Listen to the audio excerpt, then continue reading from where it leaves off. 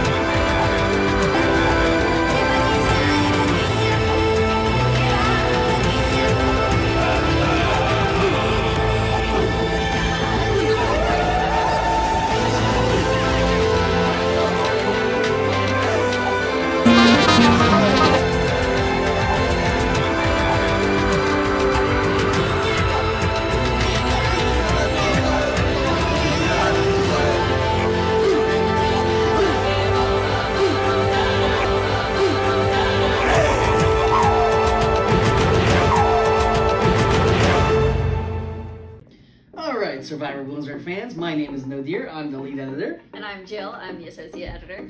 And we are here with Alyssa, who was the 19th person voted off and the 9th person of the jury. Alright Alyssa, so no better way to kick off your exit interview about your Survivor journey than to say, hey Survivor Bloomsburg people, let's talk about it. How did you feel about your catchphrase becoming so popular in the Castaway reflections as the season progressed? So I kind of just wanted that little tidbit. If everyone remembers Mark's reflection, he always had something crazy that he was doing, whether it's wearing many hats or wearing costumes or having something in the background. And I'm not that creative, so I just said like, hey, let's talk about it. And it kind of just became something I did. And then I think it was started on the recap for episode 8. I saw that Alec and Katie also said, let's talk about it. And Alec just thought he was the funniest person and said, hey, did you see my reflection video? I go, yeah, you bleep word for censorship. But yeah, no, I definitely showed me that people were watching me, even the people that were probably a little jealous of me, making sure to keep extra track of my moves.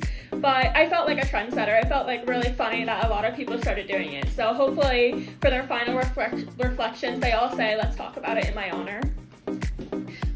So speaking of voting Chloe out, actually, so how soon did that conversation start of you guys setting in motion that Chloe would be the next person if you guys went to travel? So it was on my mind. I'm so sorry, Chloe. I love you. It was on my mind since I met you because you reminded me a lot of myself. You were very assertive. You were very to the point, and it scared me because I know the game I wanted to play, and I think we wanted to play very similar games. The funny thing is, we never had that conversation. And very early, it was episode 2 when we went to tribal, nobody wanted to talk strategy. No one wanted to be that person that would say, hey, let's do this, hey, let's do that. No one wanted to put that spotlight on themselves. So Shenango went into that tribal completely blind, not having one conversation. My Hail Mary for that was Jolie saying, should we just vote Chloe because Chloe has to go? And I took that and ran with it. I looked at Jolie and I go, dead eye contact. I was like, I'm telepathy. That is exactly what we're going to do. And I even kind of broke the rules during tribal. And before I went to vote, I was the second to last. I think Haley was the very last person. As I stood up, I said Chloe's name as I was leaving to vote. Kind of to give that hint to the other girls, we should do what Jolie said. Alright, so you and Katie seem to be a solid 2 to reckon with. As you can tell, you're the last one voted off. She's in the final 4. Yes. When and how did that alliance form? And did you two maintain that from episode 1? So I honestly had never met Katie before, but I love her. She is amazing. She is definitely one of my closer friends because of this experience. She is not leaving my life anytime soon, whether she likes that or not. but I actually went up to her. I made sure to talk to every single person on the Shenango tribe the first night, just to make sure that I had a good standing with everybody. And that's probably the reason why I didn't go home in episode 2, because I did talk to everybody. And when I talked to Katie, I was talking about how I really commended her for getting the advantage for our tribe and how she was a team player. And she talked to me on a personal note saying that she wanted to play a very loyal and honest game, and I just believed her. And I don't think our bond really solidified until episode 2 after Tribal, when she found the clue to the idol that her and Jake got in front of all of us. She showed it in front of me, Haley, and Jolie. The only person that was not involved in that was Claire. So, like you said in episode 2, you were there when Katie found the hidden immunity idol clue in the pineapple. Mm-hmm. Did you go with her and try to find it, or did you agree with her decision to gift it to the other idol to Jake from the original Lakota tribe that night? Yes, so Katie showed us and we all went to find it together. We did end up finding it and we all had a group conversation. It was very communicative that even though Katie found it, it was all of our idols. It was a Shenango idol minus Claire because she wasn't there for it. And we all talked about our connections, and I ultimately said, since Katie is being nice enough to share this idol with us, she ultimately should be the person that decides who it goes to, because it had to go to somebody on a different tribe. Speaking of trusting people, that same episode, Brady ended up giving you the Tiki Warrior advantage he found at the wreck on the bulletin board that he snatched from Lauren, that you said you would hold on to since it wasn't being used. Tell us about that night and what you did with it afterwards. Gotcha. So, I think I do a very good job of playing dumb at various moments throughout the season. There have been plenty of times where I knew a lot more than other people. And I knew that there was going to be some kind of advantage. I'm the one that told them that Jay and Lauren were acting very suspicious.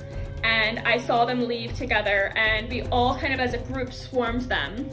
And what a lot of people did not know at this time is I had really great connections with Lauren and Jay and with Brady.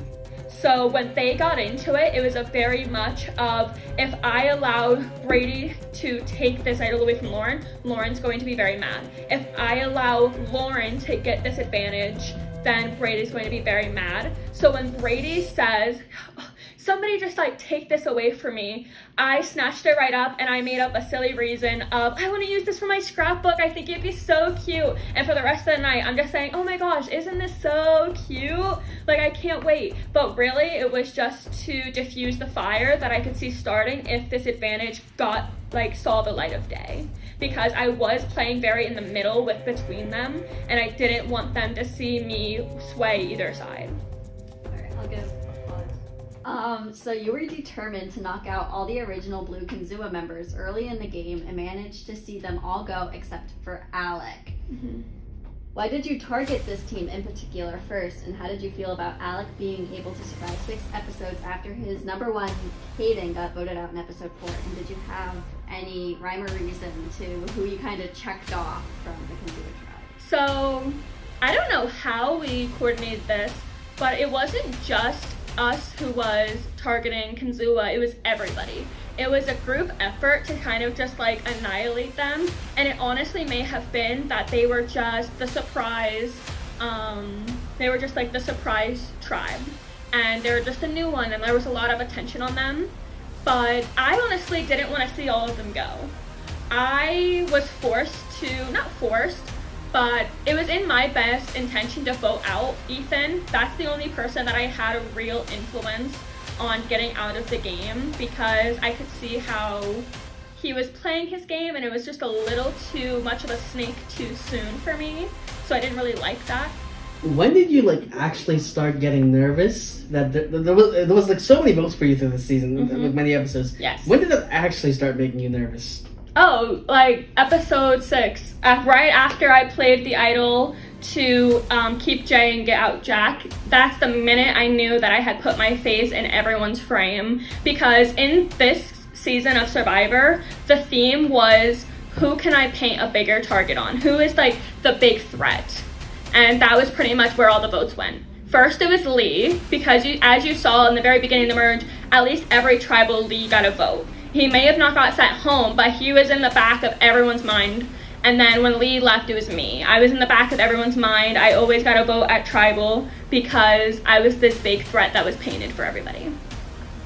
In episode 8, you were almost finished with the Among Us challenge as a crewmate, but ultimately Marcus, as the imposter, was able to eliminate you.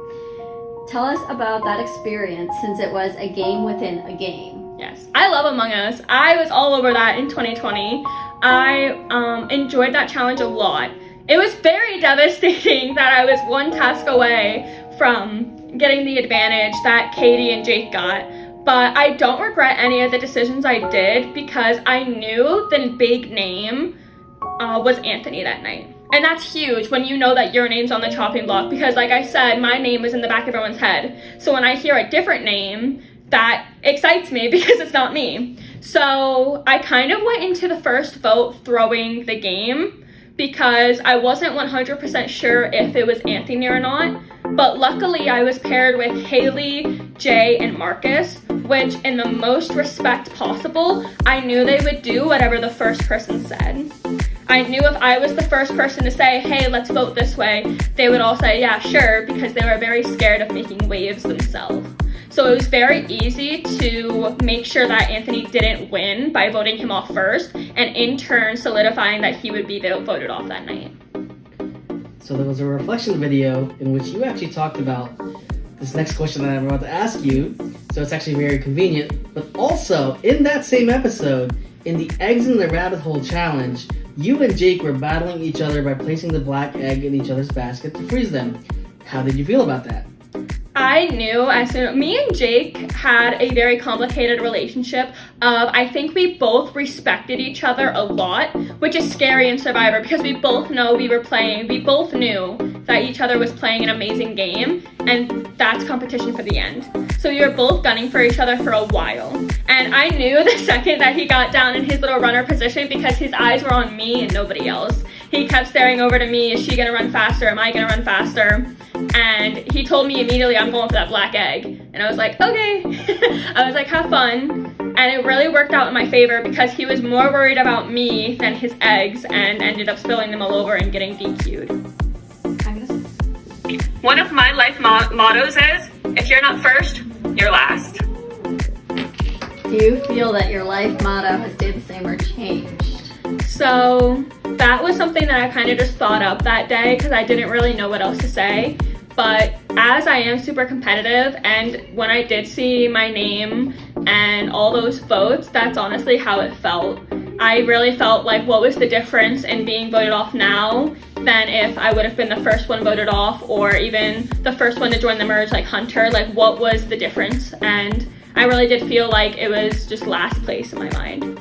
But then, as I was very mad and standing up and getting my torch, I heard a roar of applause from the jury members and from the castaways that were still inside, from the supporters that were sitting off to the sidelines, and it really warmed my heart. And also after the event, my boyfriend was calming me down, and he was like, you don't understand, like, everybody was rooting for you. Everybody on the jury was talking about how amazing you played. You don't understand how much of an impact you had. You will be remembered in this season of Survivor. And it really warmed my heart. And the second part of that quote, which I felt in that moment, was, it goes, if you're not first, you're last. And the second part is, well, that's the stupidest thing I've ever heard. You could be second, third, fourth. But my life motto has definitely changed, and it actually showed in this season, which I wasn't expecting. But my real life motto is, family doesn't start with blood, and it doesn't end there either. One last question. I thought that was it. Actually, possibly two. Sorry. So, any final thoughts or feelings that you'd like to share? Of course, I'm devastated that I didn't win and I'm not in the final 4 or final 3, but something that everyone should know is no matter what I've said during this interview, the people that are in the final 4 and whoever makes it to the final 3 100% deserve to be there. Everyone there has fought tooth and nail. They've come every Tuesday. They're super committed and have put in the work to be where they are. So I just want to say a ginormous congratulations to Katie, Claire, Jake, and Alec, and to whoever the sole survivor is. You have definitely earned it.